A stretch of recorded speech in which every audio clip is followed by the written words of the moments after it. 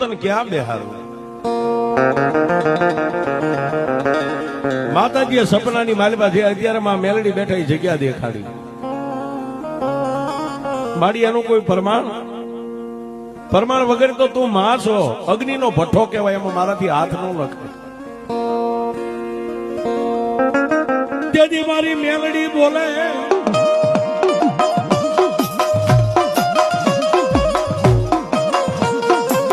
તને ક્યાં બેહારું?